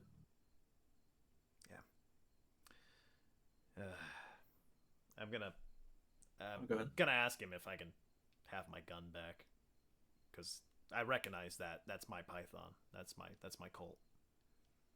So he looks at you and says, "Sorry, it's gonna have to be taken away as evidence." You Alright. cannot have the evidence back, please. Yeah, Can I? Yeah, What are the balls on frickin' Alexander? I'm trying. Yeah, he just wants it I back. yeah. I just kind of. All right. I understand. I'm gonna look at the marshal and be like, does this mean we can finally land? Yeah, it does. And so, the tension is finally broken. The plane begins its descent as everybody just gets back in their seats and puts their seatbelts back on. And after a rather bumpy ride, the landing happens to be pretty smooth. Perhaps too smooth given everything. And you guys have to go through security, and they let you know that just your gun has just been confiscated. Once the investigation's over, then they might be able to return it to you. But until then, you're out of luck. Yeah. Sheesh. I understand. Yeah, and so you guys run into almost no trouble picking up your luggage and heading your way to the front. And as you guys head up to the front, you actually see a woman holding up a sign with the word Fisk on it. I'm gonna look at it kind of odd, and just Fisk. Who are you looking for? And so she looks at you and holds her hand out and says, "Well, for you." Oh, you don't know who I am. My name's William. Nice try. And she pulls out a picture with your face on it. Yeah, stunning resemblance. Something like that. Consider this a gift from a mutual beneficiary. Gift from a beneficial. What? My eyes are gonna go wide, but I'm gonna say nothing. The hell you talking about? She's like, "If you just follow me, I'll be able to explain on the way." All right. I'm gonna reach into my pocket and I'm gonna get the bag of peanuts and I'm just gonna start eating peanuts on the way there. Sure, yeah. Finally having your nuts. I'm finally gonna have a bag of fucking nuts here. Yeah, after consuming those nuts, your back pain goes away. Oh, awesome! Hell yeah! I thought we discussed that one away before, but I'm kidding. Well, this just helps ease it, you know? Oh yeah, they're muscle relaxers in the peanuts. Yeah. Yeah. And so she escorts you guys outside, and there's a limo waiting for you. Yeah. Gee. And she just opens up the back seat and motions you in. I'm gonna read the situation. No exploding cars. Yeah. I want to make sure I'm not gonna die in an exploding limo now that I've healed my back. Yeah, I'd kind of like to observe because, I don't trust this shady. person. Yeah. So, Alex, I'll have you do read a person, and Everett, I'll have you do observe a situation or do investigate. Yeah. And I'm happy. I was rolling too good all day. Yeah, that's a 9. Nice. Limo means money. I'm happy. And Everett?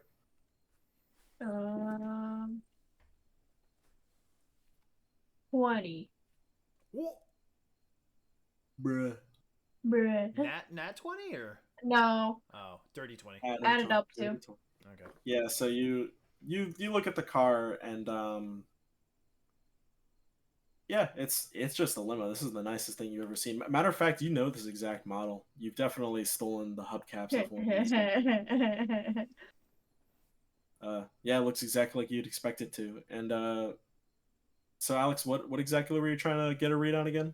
I was getting a read on just this person, the situation, and all that stuff. Just because it seems off.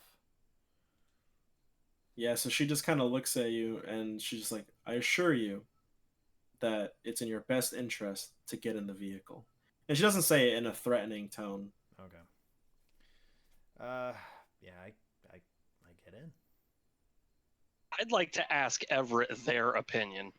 Everett, what do you think? I'm thinking that if we do go, we take the hubcaps after. I'm in. Hell yeah. You guys just get into the limo. You get I'm into the gonna limo. fiddle with the note in my pocket for a moment too. I'm just gonna fiddle with that note. Yeah, so you guys you get into the limo. There's nobody in there. It's just you guys in the limo, and she just gets into the front seat and lowers the window, like the privacy window. So, what's this all about? Well, you see, your case is high profile. So I've noticed. you have somebody who's looking out for you, let's say. Right. Is your mutual beneficiary. He's got a lot of share in whether this case goes good or bad. And frankly, he's got his money on you. So he's coming into town tomorrow. His name's Mr. Cork. Cork. All right. Now, this Mr. Cork, we're going to meet him, I assume. That's right. When we get to the destination and you exit the car, we'll give you a card with the address on it. Okay.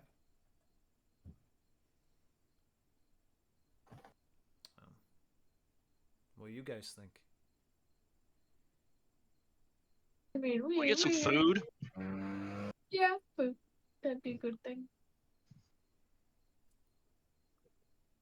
No, I don't really mind strangers taking me places. I'm physically empowered. I'll just beat someone's ass if I don't like them. But yeah, I'm hungry. Yeah.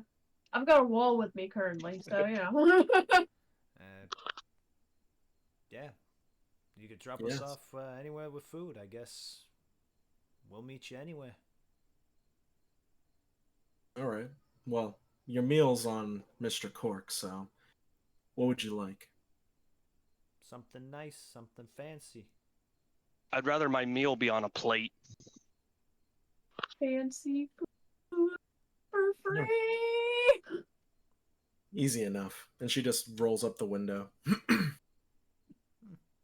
And so an hour passes by, because that's about as long as it is from the airport to Red Hook. And she pulls you up to this nice restaurant. It's probably like a steak type place. It's basically a steakhouse. Mm. And so she gets out of the car and opens your guys' door. Thank you. And you say, this is on Mr. Cork? That's right. You just tell the server that Cork sent you. I'm very happy. I'm gonna order Yeah, me a very large steak. I'm rolling up. I'm ordering the most expensive thing on the menu. Everett's pushing us aside, getting in front, like, yeah. Yep, out of my way. She pulls a card from her suit and hands it over to Alex. Thank you. Probably the most trustworthy one. Yeah, I'm gonna tuck that away in my wallet. Actually, I'm gonna look at it first. Yeah, so it's just a blank white card with an address written on it. Okay. Yeah, and then I'm tucking it away in my wallet after. Yeah. So she just lets you on your ways. You guys enter the restaurant. It's, it's fine dining. You guys are probably severely underdressed for the occasion, but frankly, don't care. Yeah, I don't give a fuck. Yeah, people are lucky I'm wearing a shirt. I look beautiful without a shirt.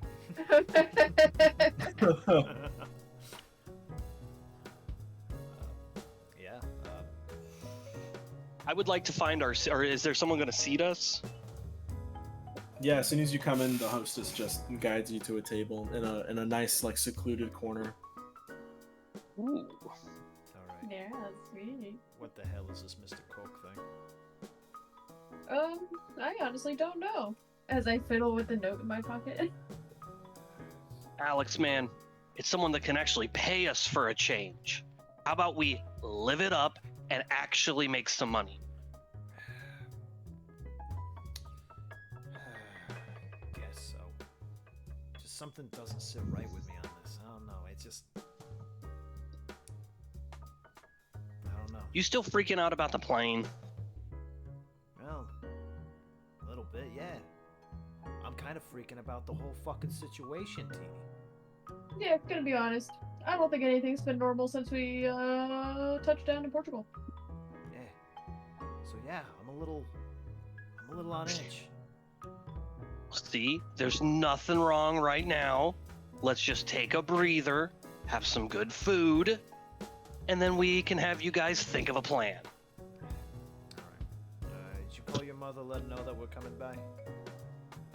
No, I haven't. That's a good idea. I'm gonna stand up and make my way towards, like, the entrance of the restaurant. I always make my phone calls outside. As he goes outside, I'm gonna survey the restaurant. I'm not relaxing.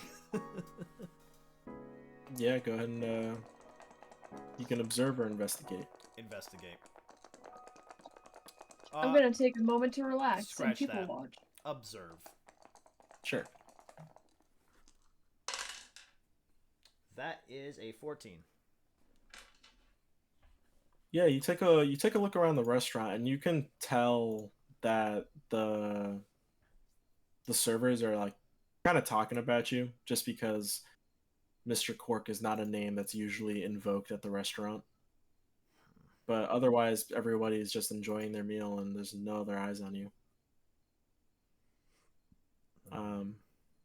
Yeah, so Teeny, you walk out the front. Yeah, I just want to, you go out, maybe hang a left real quick, kind of hang by the side of the building, and then I want to give Mama. Well, actually, you know what? I want to take out the phone and just kind of look at the phone for a moment and contemplate calling Mama. I don't want to do it right away because there has been a lot of shit that's going on, and like the last time I talked to her on the phone, was it her? Was the voicemail her? Like, you know what? Now that I've talked about that in my head, I actually want to dial. I want to listen to the voicemail again. Sure. So you call your own phone number and pull up the voicemail. And it's a response. You have one unread voicemail. Okay, I want to play it. Yeah. So you play it and it plays out something like this. Lauren, honey, when are you gonna come by for a visit? It's been so long. I miss you. I wish you to come by a little more often. I know your work as a secret agent is demanding, but your mother worries about you. I hope to hear from you soon. And then she like hangs up.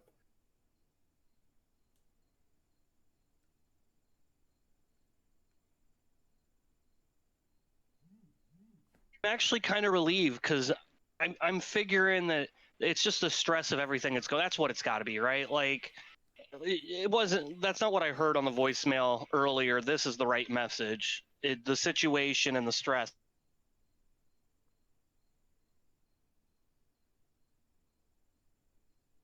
Well, did we lose you there?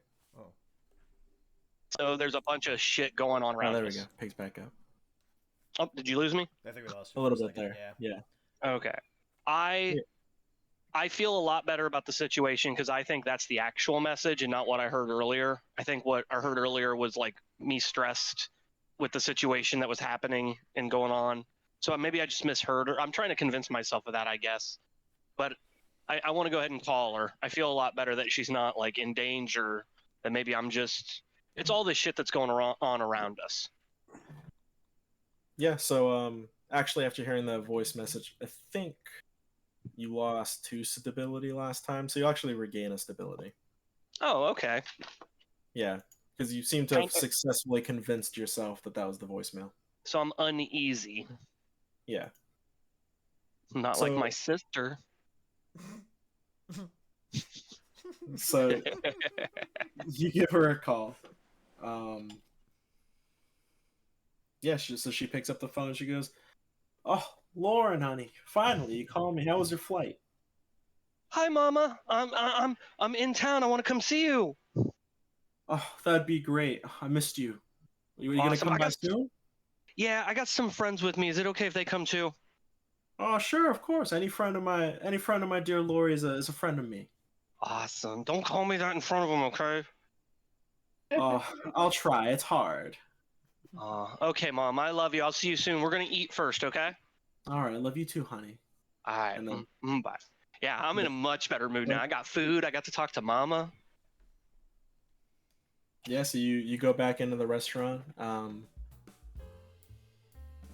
and nobody actually came to take your order, but there's just like food there. There's just like a table full of food. Oh, Shit. I assume Everett just ordered for me, so I'm just gonna dig in.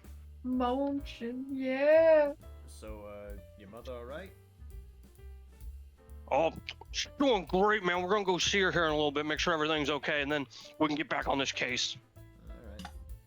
She'll make cookies, man. It's gonna be awesome. Is she watching your kid or something? I don't have a kid. You- I made that up on the plane. I was gonna recommend that she shoots you, Oh. but I was gonna do it to distract her and attack her. Of course. I was trying to help. You know, let you eat up. I'm going to slowly eat.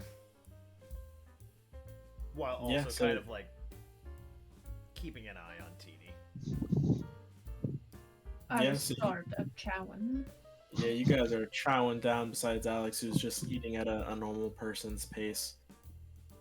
And after the meal, just, the food's done. Nothing adverse happens. You guys are just really full. Hell yeah. I have a toothpick. I'd like toothpicks. I'd like to pick at my teeth. Yeah, you can have a toothpick. Oh, yeah. And I want to play around with the little mint and start unwrapping it and getting it ready to go into my mouth. Yeah, easy work. That plastic don't play you for a fool. Yeah. Well, while Teeny indulges in the food, I'm just gonna go and I'm scrolling through social media. Yeah, you're scrolling through social media, just trying to digest a lot of what's happened and also your meal. Yeah. Just you remember that John McNeil had told you to see him after you came back. He's pretty much the one who led you to this case. Okay. I'm just gonna message him that I have one more stop to make before I meet him. So is everybody done with their meal and they're ready to go to Teeny's mom? I think so. Is I'm down. the silverware nice at this place? Oh yeah, it's pretty nice. I'd like Probably. to pocket some of it into the trench coat. Sure, yeah. You now have an assortment of forks and spoons and knives. I give him a slight nod, like yeah. Good call. Now we can go. Yeah, unless I don't think I really want to take anything super big. So yeah. Yeah, so you guys head your way to go visit Teeny's mom. It's about a 10-minute walk. And as you guys come up to the door it's an apartment building, it's just one of those ones that's got one main entrance and dozens of tenants, but it's pretty nice looking. Not a bad place you Mars got here. Gotta go visit I'm grandma. kind of giddy with excitement. I want to go up and like ring the doorbell and knock on the door. Or it's an what'd you say? It's an apartment? Yeah, it's one of those apartments that's like got the one door that's locked and you gotta buzz in. Oh yeah. So yeah, I want to go up and put in mom's number and buzz up so that she can let us in. Alex is gonna be kind of like, in his head, he's like, "Who is this guy? I've never seen this guy so excited to see someone in his life, and yet here he is, like a child, not like ringing for his mother." Yeah, so you hear the buzz and you just hear Lauren, is that you, honey? Yeah, mom, we're here. Oh, all right, come right up. And then she just like unlocks the door. You hear the door unlatch. Perfect. I want to open a little bit and then turn around and look directly at Alex and say, "You guys be on your best behavior for mom." I'm just gonna smile. And now I want to open the door for Everett so they can go first. Yay! Yeah, so you guys go in, and Teeny, I imagine you're not holding the door for Alex. No, yeah, I just let the door go. I'm assuming he's grabbing it and following behind. Yeah. Nice. Yeah. So you walk your way up to the apartment door. You know the number 206. It's been ingrained in your head. Matter of fact, it's been the apartment she's always had. It didn't matter what building it was. She always asked for 206. Perfect. I just want to walk in. I don't have to knock. Yeah, you open the door, and you open the give her door. a big hug. Yeah, she's right there, and she sees you, and she's, "Oh, Lori, honey," and she just like raises her arms up, and you just pick her up for a hug. Oh, mom, how you doing? Good now that you're back. And who are your friends? Here, these are some of my colleagues. This is Alexander. Nice to meet you, Mrs. T. And she And shakes Everett. her hand. And this is Everett. Bye. Oh, and she looks at Everett and just like pinches their cheek. She's like, "Look, you so scrawny, like you haven't eaten anything. Oh, let me get some cookies." Oh, mom's cookies are awesome. I'm down. I'm ready to be spoiled. Yeah, so she walks into the back room there, and she's talking to you from the other room. She's like, "Oh, so what happened? What happened in Portugal? I know you can't tell me, but is everybody okay? Nothing crazy happened?" Oh, everything's great. The food was amazing over there, mom. You gotta learn some Portuguese recipes. Alex is just kind of taking it all in, like realizing that Teeny told his mother about going to Portugal. Yeah, and taking it all in, you see this house, this apartment that's just this room painted like a warm color and just lots of old knickknacks and things like that. You actually see a picture of Teeny as a kid. I was a star football player, I was gonna say, I'm gonna go look at it. So I'm just gonna like poke Teeny and be like, I can see how. yeah, so you took a look at the picture of him as a kid, and he's actually rather scrawny. This is like elementary school. That's all. And yeah, so she comes in from the kitchen. She brings a tray of cookies, and she's like, "I made your favorites," and she just lays it down on the table for everybody. Oh, mom, you're the best. Hey, sit down for a moment, mom. I want to talk to you. Oh, sure. And she just takes a seat in her big like recliner chair. You know, the work I do is sensitive. And Of course. I've told you before that sometimes people may come to visit you that shouldn't. Has anybody came and visited you? Oh, no, only that neighbor who keeps coming to bother me. You know how it is. I think he's into me. I will rip his head off. Oh, calm down, Lori. Calm down. I know. I'm sorry, Mom.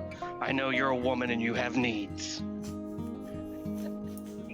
It's just, I've been worried about you, and you know, I've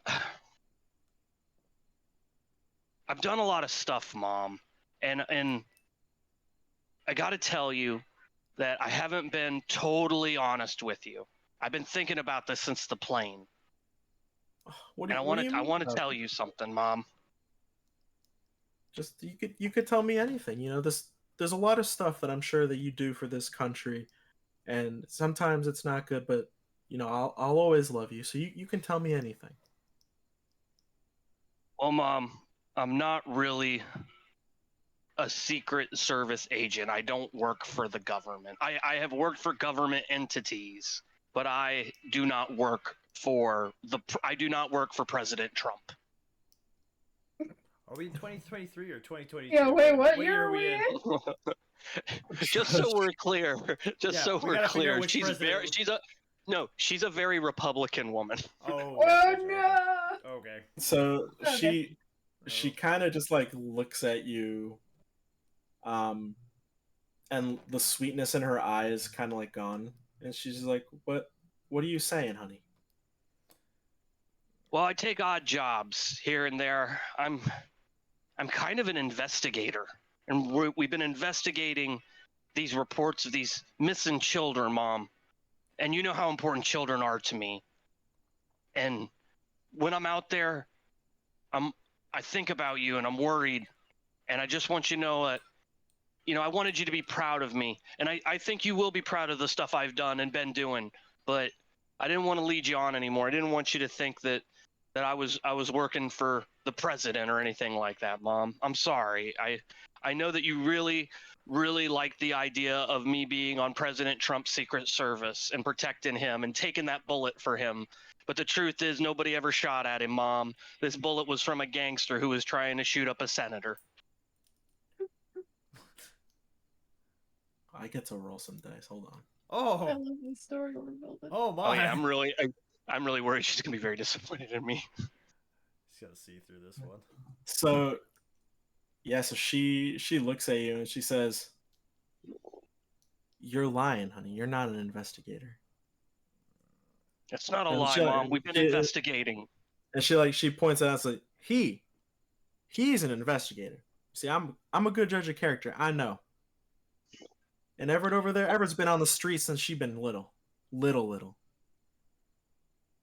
Lori, you're gonna come up to me and spout shit like that?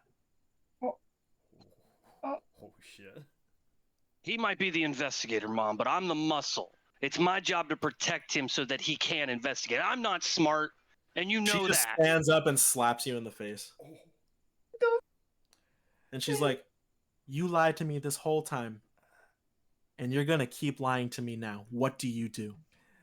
Actually, ma'am, he has been assisting me in investigations before. He has helped with quite a few arrests, and he has actually led to finding an operation here in She Portland. just like points up her cane at your head. And she's like, "No one asked you." Oh, damn! And she just looks back at Teeny and is just like, "That money that he gets, that's not investigator money. Secret Service I could buy. But you're saying enough money for me to afford this not so luxurious but expensive apartment in New York is coming from investigating? No. Yeah, Alex is gonna. That's another thing that Alex is gonna kind of take in. Just be like, "Huh, that's a good point. I don't pay him that much." So she just looks at you again. She goes, "I'm asking you one more time, Lori. what do you do? I do what needs to be done. I take the jobs that some people won't take. I'm always the muscle. I'm not the brains. I get paid to break legs sometimes from bad people. And I'm trying to do better. And that's why I've been working with Alex. You think I like this scumbag? Everett's cool. Yeah. But you think I like working with this scumbag? I got dreams, I got aspirations, things I want to do as well. But there's things I can't do anymore, Mom. And that's because I helped the wrong people a long time ago. And yeah, I pay for you to live here. And I don't have another dime to my name because I put everything into you. I love you. And I don't want you to know some of the things that I have done in the past. But I want you to know that I've turned another leaf. That I'm not the man that I used to be. And that I'm trying to do better. And I'm sorry that I may disappoint you. But you're always going to be my mom. And I'm always going to love you. And I just wanted to check up on you and make sure you were okay. Okay? I love you. She just sits down in her chair and she looks and she says, "That's all I ever asked for, Lori. The truth. Now, no more lies. I don't care if you have to break somebody's legs or if you got to shoot somebody. It's just, we're the only family we got left. I don't have anybody else, and you ain't got nobody else. We need to trust each other." I love you, Mom. I'm sorry. I love you. Yeah, she Don't does. She hug her. hugs you. Yeah, she hugs. Like, "I'm sorry, I slapped you, honey." I deserve it. I'm an idiot. Yeah. So you guys just watch this. This bonding moment. Yeah, and the night goes on. You're just treated to tea and cookies, and she even offers you guys to stay at the house or at the apartment. As much as I would love to, Mrs. Teeny, I do actually have somewhere else to be at the moment. But thank you very much, though. Alex, is it work? No, I'm visiting an old friend. Need me to tag along? Should be all right. I think I can stay the night, Mom. What about you, Everett? I got bunk beds. I'm down to clown with bunk beds. Down to clown. Yeah. So, Alex, you make your way out after having your fill. Hey, I want to walk him toward the door. Sure. Hey, I have been trying to turn over a new leaf, and I really appreciate you getting me the work you've been getting me, man. I know we don't see eye to eye a lot, but I really do appreciate it. Thank you, man. That's no problem. Take care of that. Take care of that lady in there, though, for me. All right. Do I have his number? I assume I have your number. If you need anything, of course. let me know. Text me. Yeah, and like I said, take care of We'll him. be here. We'll be here. How long are you going to be gone? Do you want us to meet you somewhere? Nah, I won't be gone for long. I'll be back. Don't worry. Okay, we'll be here. All right. And yeah, Alex is gonna go meet McNeil. You take a cab for a little while. It's about a 20-minute drive to go visit your old friend McNeil.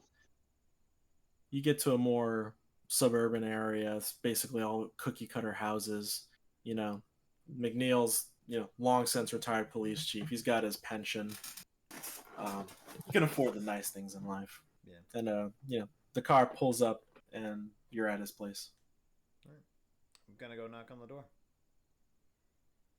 You knock on the door and you see one of the lights from upstairs go on. You hear the footsteps come down and you just hear a "Who's there?" It's me, McNeil. Oh shit. Fisk himself, and he just opens up the door and just goes in for just a big handshake. Handshake, bring him in for the hug. Oh yeah. So you guys get the hug, and he invites you in. Come in, come in. I gotta hear what's going on. Well,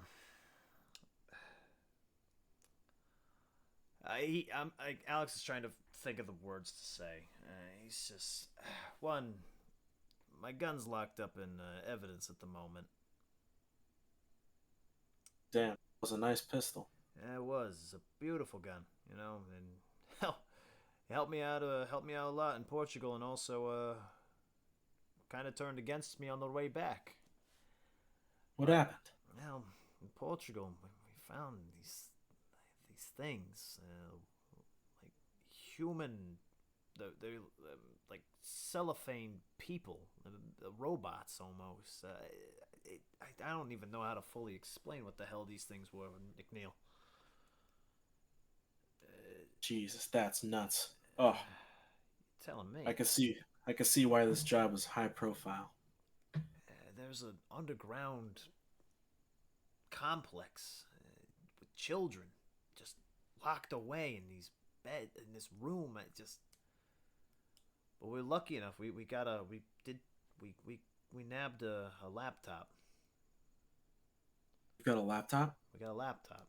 Can you access it? We can access it. So he just like signals you to follow him and takes you to like this back room. He takes you like pretty much to like the living room and just pulls out one of the books from the bookshelves, and the bookshelf just slides over to the side and is like, come in. All right. So he guides you in, and in the room you can see like just bulletin boards, and you can see just like ham radios. Like, oh, so this is a setup for someone who communicates a lot and has to take down lots of notes. Jesus Christ, McNeil, you went full on conspiracy theorist. Ha! Conspiracies? Bullshit. There's no such thing as conspiracies. All these things happen. And besides, how am I supposed to survive on that piss-poor pension from the state? How do you think I get my money? Yeah, there's a reason I left the force now. Yeah, same reason as me. And he just like pulls up like a headphone and starts like hitting like a Morse code thing, just tapping in. Do I know what he typed in?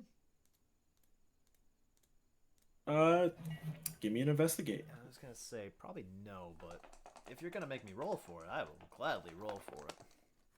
Yeah, Morse code's something you learn. It's just whether or not you paid attention. Oh man, I didn't pay attention. That's an 8. Yeah, so it's definitely Morse code, and he's typing too fast to really capture a glimpse of what he's trying to say. Morse code? What you doing with it? You got a laptop. This is a big deal. The people who hired you for this job, the people that I have to get in touch with. I was gonna say, McNeil, last I checked, you hired me for this job. Huh. Yeah, because I knew you were the only guy to do it, but you don't hang around the people I hang around. These people want answers, and I'm the guy that finds the people who can do it, and I knew you could. Christ, it's just like this Mr. Cork individual. You got in touch with Mr. Cork? Yeah, I'm gonna go and look him in like a fit of like surprise and just, what the hell you know about this Mr. Cork guy? He just like he puts the headphones down and starts unplugging all the tech. He goes, no, this is going deeper. This is going way too deep. Alex, I think we got to back out. You got to get rid of that laptop. The hell are you talking about? I gotta get rid of that laptop. That laptop's the only lead we have. Look, Mr. Cork is up there in the politics. I mean, way up there. Like, right up the president's ass and straight down those fucking Illuminati people. Apparently he's a mutual beneficiary or something. He's hoping we solve this case. I don't know. He pulls out like a printout and he lays it down on the table, just like goes over the whole table, and he goes, Mr. Cork is the kind of guy who puts these jobs out, and take a look at this. And he shows you the whole table, and it's just like a network of people. Mm-hmm. And he just points out one of them. Just, Dury, dead. Points at another one. This guy, he wasn't even shit. Don't even know his name. Dead. Just all these people came to me, take some jobs, and every time it goes back to Mr. Cork, they wind up dead or worse. These jobs are way too deep, man. You can't be taking that. I didn't even know. Now that I know, I'm backing out.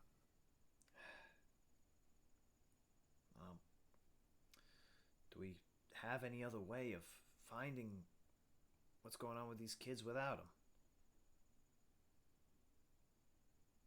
He kind of like rubs his face in like stress and just goes, no, nobody who's going to take you seriously. This kind of case, all those people, they're all trying to hide it. You tell somebody, that person ends up dead in 2 weeks if they don't find you first.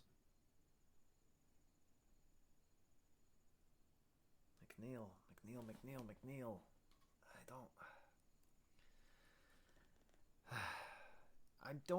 I'm not taking this job because of the money. And, I want to actually do some good in the world. And if I walk away from this job, then I'm no better than the guys at the Force who are twisted and crooked right now.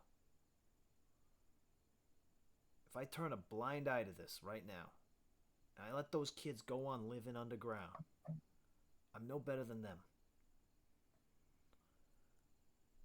I don't know if I can give up on this job. He just kind of chuckles at you and says, of course he can't, Fisk. Couldn't get your hand out of a jar of honey if I tried. So he just he opens up a drawer and just dusts off this old box and just puts it in front of you and it just slides it over to you. You're gonna need this. I don't recognize this box, correct? No. Okay. It's just like a plain wooden box. All right. I open it without even questioning. You open it up. Yeah, and you see this old service pistol. Call that the McNeil Special. You're gonna need it. All right. Thank you very much, Chief. I ain't Chief no more, but you just be careful. Those watching eyes, you'll feel them, and when you do, you try to hide. Will do. I check to see if the pistol's loaded. Oh yeah, it's got 6 rounds. I put the gun in my holster, and I give him one last hug. Good luck out there, Fisk. Gonna need it. You take care of yourself, all right, McNeil? You may not hear from me for a while, but you know how to reach me. Yeah. You'll hear from me again. I promise that.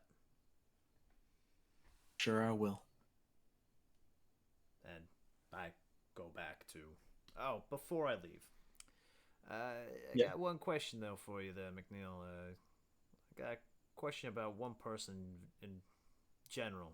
Need you to kind of look up some stuff on him. Sure. What you got? Laurentini. Just any information you can get me on him. Be much obliged. Consider it done. Thanks. I head back to Mrs. Teeny's apartment. Yeah, as you get outside the house and McNeil just, waves goodbye and shuts the door behind you. You pull out a cigarette and you light it up. And that's where we're on today's session.